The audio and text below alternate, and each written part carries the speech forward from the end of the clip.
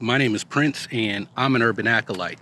In this video, I want to revisit the Rey Palpatine theory, and I'm going to talk about why Rey may actually be a Palpatine. But before I start talking about the reasons Rey could be related to the Emperor, I want to tell you that I will be discussing some rumors and possible leaks from Star Wars Episode 9. So if you want to go into The Rise of Skywalker completely spoiler free, I suggest you not check out this video because some of these rumors may turn out to be true. And I don't want you to have the movie spoiled just because you were curious about Rey's family.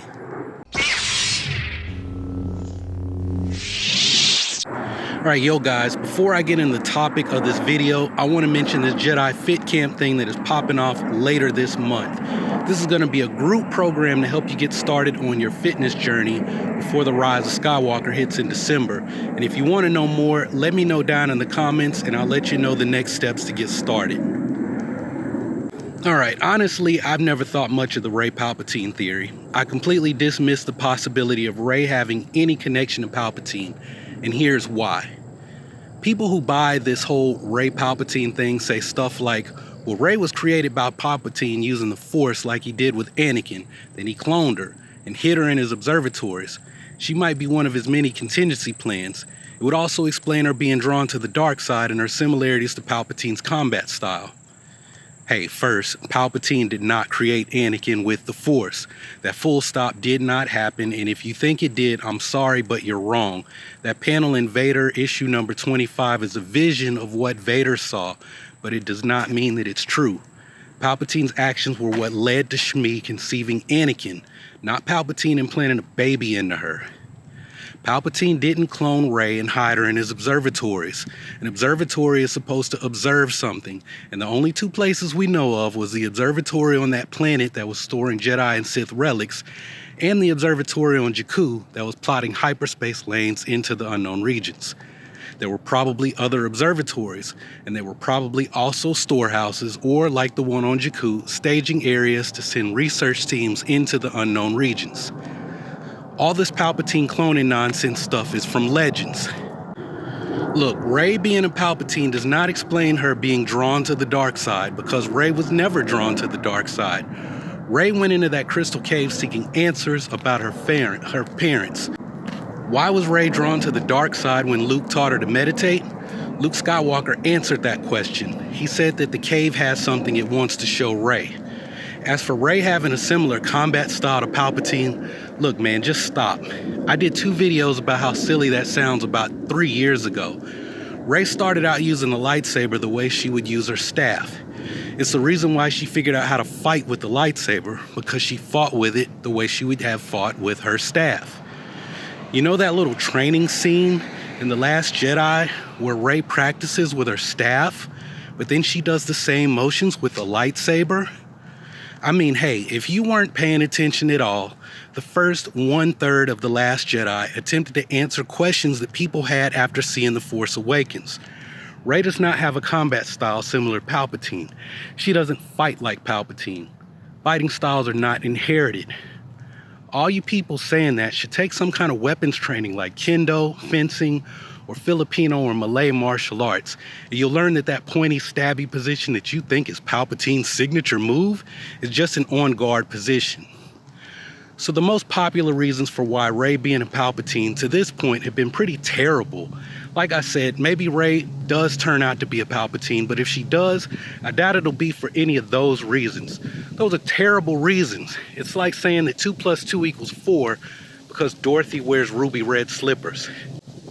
Yeah, I know that doesn't make sense. It's just like the reasons people keep saying that Rey is a Palpatine. It's taking things that aren't actually related and attempting to use it to prove something that might turn out to be true. Look, Rey might be a Palpatine, but it won't be because any of the reasons that these Rey Palpatine theories are put forward.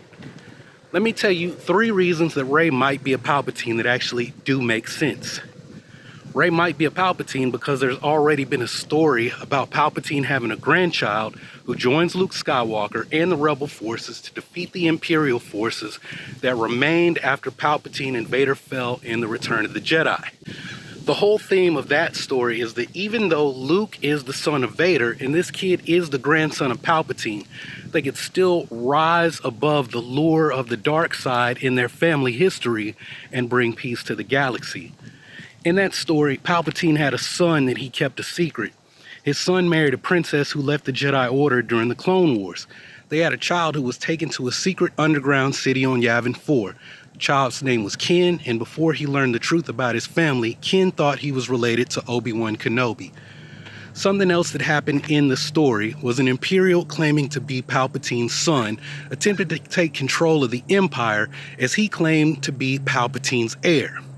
He eventually had his plans go up in smoke because of some Darkside prophets who were working under Palpatine, but they were not actually Sith. Now, it would be a bit lame if the sequel saga contains elements from the Jedi Prince series, but back in the summer of 2016, Pablo Hidalgo said he did not want anyone to tweet him their Snoke theories unless they read that series. Now, I did a few videos on those books, and one of the things that I started to consider was that Snoke might not be as important as everyone thought. I also asked if Rey could be the Jedi Princess, meaning instead of Ken being the Jedi Prince who was Palpatine's grandson, Rey could fill Ken's role in that story, meaning she was hidden from the Empire by her parents because of her relationship to Palpatine, much like Ken was in the Jedi Prince series of books. So, like I said, there's already a precedent for Palpatine having a grandchild who was hidden away somewhere from the Empire's remaining forces, finding Luke Skywalker, and being trained as his apprentice to eventually defeat the Empire's remaining forces. Now, the second reason that Rey could be a Palpatine is that we don't actually know that Palpatine did not have a family.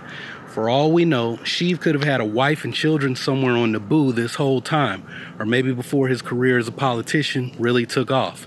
George Lucas said that he considered writing a story about Palpatine's fall to the dark side, and in it, he would have made the reason Palpatine eventually becomes a Sith Lord was due to unrequited love.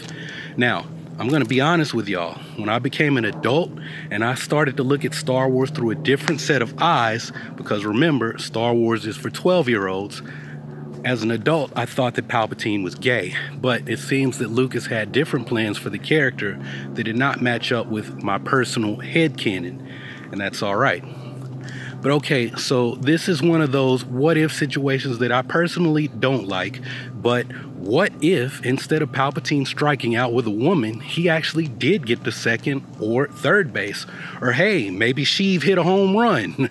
What if Palpatine was actually forced to choose between being an artist or a poet on Naboo with his boo thing, or going into a life of politics and training with his master, Plagueis the Wise, to become a Dark Lord of the Sith?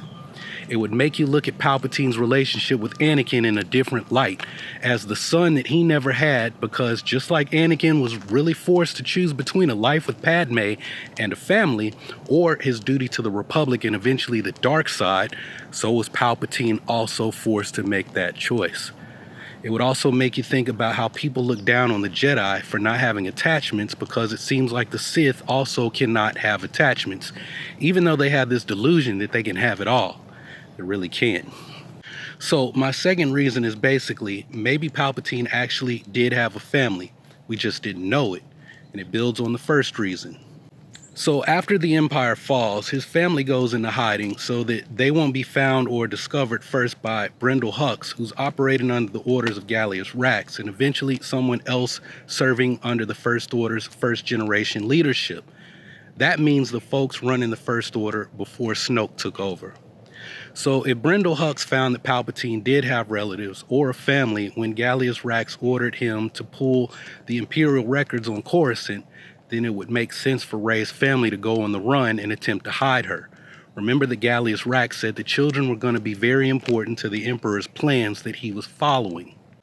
Now, the third reason is not based on anything but a hunch, but I have always felt that Rey's parents have ties to the Empire or someone important on Coruscant. That's based completely on Rey's accent. She speaks with a Coruscanti accent or a Core Worlds accent, which implies that her parents were part of the upper class in the Core Worlds, or maybe an aristocrat on another world. Every time I say this, I have people say that she could have picked up the accent on Jakku, but I mean, come on, let's be serious. If she picked up that accent on Jakku, it would be from someone else from those same conditions. Rey was probably abandoned on Jakku when she was 3 or 4 years old, so she was already speaking with that accent. And I went into this theory on the video I did about Thane Kyrell and Ciena Ree possibly being Rey's parents. The real theory was that Rey's parents had Imperial ties and left her on Jakku because they were being pursued by the First Order. Now, when I found out that Gugu Mbatha Raw was being considered for a part in The Last Jedi, and that she was also who Claudia Gray imagined as playing Ciena Ree, I thought that it would be cool to tie the two main characters from the Lost Stars novel to Rey. But the real theory was just that Rey's parents were Imperial defectors being pursued by the First Order. Now, how much more interesting would it be if they were defectors who were also related to Palpatine? I mean, honestly, I'm not convinced that Rey is related to Palpatine, but it would be a cool way to wrap up things if she were, and I'll tell you why. Look, the Skywalker saga begins because of Palpatine's actions. He, with his master Darth Plagueis, learned the final secrets of the dark side of the Force, and instead of working towards that goal and the Sith's goal to get their revenge on the Jedi following the Great Scourge of Malachor, Plagueis became obsessed only with becoming immortal. Palpatine killed his master, and he began to focus on accomplishing everything, becoming near omnipotent and all-powerful, along with completely destroying the Jedi. Palpatine's actions brought about the time of the Jedi prophecies about the Chosen One's appearance, meaning Shmi Skywalker conceived Anakin Skywalker because of the growing darkness. Palpatine then attempted to secure his victory by seducing the Chosen One and making him become his apprentice. Anakin's birth, fall, and redemption were due to Palpatine. To go a step further, Palpatine's contingency plan created the conditions for Anakin's grandson, Ben Solo, to also fall to the dark side. Now, I believe that Ben was born with a strong pull to the dark side, and the reason he was sent to train with Luke Skywalker was due to the growing darkness already within him. A new book narrated by Luke Skywalker about the Jedi Order will confirm everything that I've just said about Ben Solo. Now, the reason Snoke was able to appear and take control of the First Order was due to Palpatine's contingency. Kylo Ren's initial actions in The Rise of Skywalker will be because Kylo Ren somehow learns what Snoke knew regarding Palpatine's contingency. We are now learning that Palpatine has been in the shadows, manipulating everything and pulling all of the strings from the very beginning, even into the final chapter of this story. So it would be interesting to have things flipped. In the same way that Kylo Ren is the reverse of Luke Skywalker in the sequel saga, the descendant of Palpatine is in the Luke Skywalker role. If Rey learns that she truly is related to the ultimate evil in the galaxy, it will be up to her to defeat Palpatine. And although it would be a twist to redeem him, I don't think it will be the story. I think it'll be the story that Rey has to accept that she came from darkness, and she will have to defeat her grandfather without allowing herself to give herself over to the darkness. Because this would be exactly what Palpatine would want, to know that even if he is defeated by his granddaughter, that his own progeny would rule the galaxy in his place.